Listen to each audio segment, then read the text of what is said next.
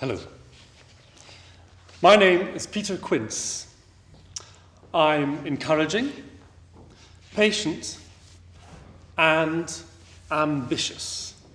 Hello, my name is Nick Bottom. I work as a weaver. I'm a man's man. I'm very friendly. Hello, my name's Snug. I'm a joiner. I'm likeable. Shy and gentle.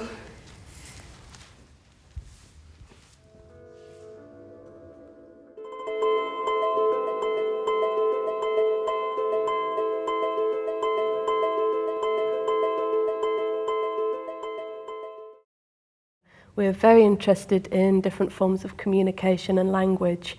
From that kind of interest in physical theatre, I think there's been times when our attention has been drawn in a conventional theatre setting to look at a sign language interpreter who's maybe operating, as Natalie had said, all in black at the side of the stage.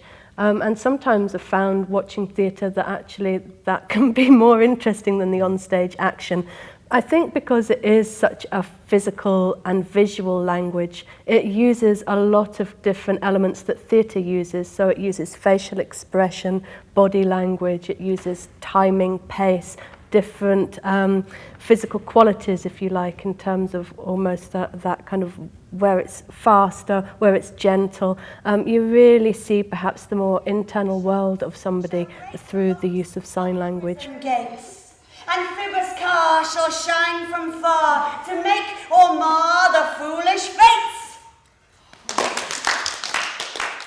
There was an interest in the different types of groups that we've been working with and the opportunity to make theatre more inclusive, that there perhaps are ways of looking at what we have now and expanding that so that more people can come and enjoy a theatre experience. Absolutely, and I think as well there's that kind of element of new challenges to it, which is something that is exciting for us as theatre makers, and to also to offer actors that new challenge too. And because a part of our work is about training young actors and bringing new actors into the business, I think we recognise the potential for signing to be a support in the creative making or the creative process.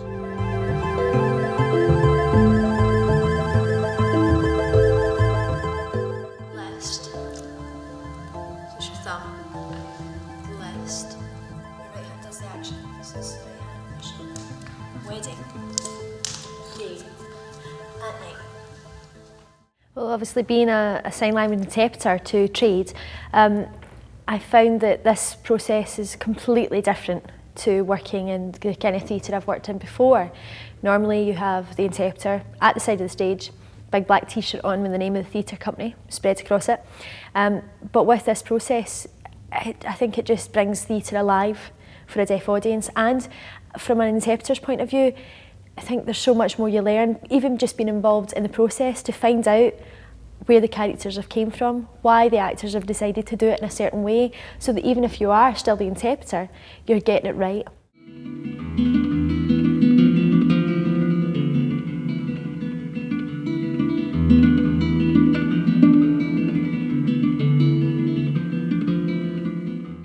Being involved with Solar Bear had a huge impact on me.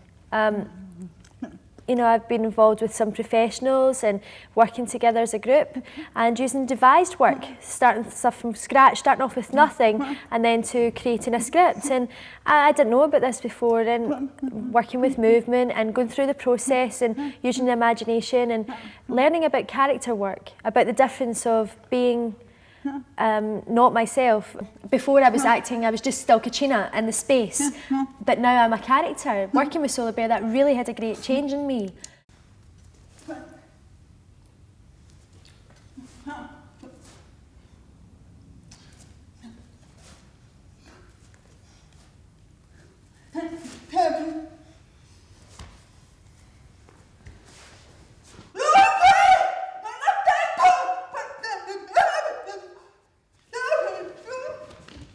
At the end of all of this process, yes, it's about engaging deaf people and including and involving deaf people in a kind of more mainstream theatre experience, but it's also about opening up the potential for new audiences, hearing and deaf, young and old, to get more out of theatre and to make theatre as exciting an experience for audience, as actors, as we possibly can.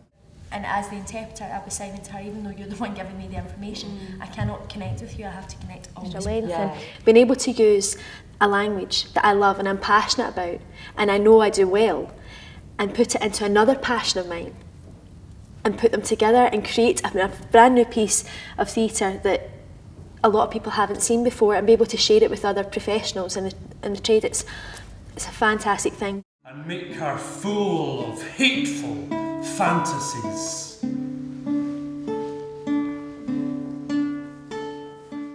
It's been fantastic since this process began to have the interest and support and involvement of the National Theatre of Scotland.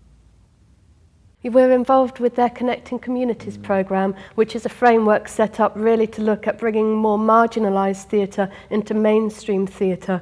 And I think one of the things that will be really interesting for other companies perhaps to grab hold of and look at exploring is this potential to really develop aesthetic. I think it's really taken for granted that theatre at the moment is just about people walking and talking. And I know obviously then there is a whole world of physical theatre out there, but I think there's potential to look at what this physical theatre actually involves, and that there maybe are ways of exploding what we currently perceive as physical theatre to involve much more in terms of other types of language that perhaps can not only be interesting artistically but also welcome in whole other groups of people that are currently outside of the theatre enjoyment process. I'm realising that with this type of theatre, having deaf and hearing people involved in the same theatre group, it will encourage people to come and watch it and be involved with it, and hopefully maybe having more deaf people involved in theatre, signing, acting as a viewer, you know, hopefully that's going to bring more for the future. Give me your hands if we be friends, and Robin shall restore amends. Give me your hands if we be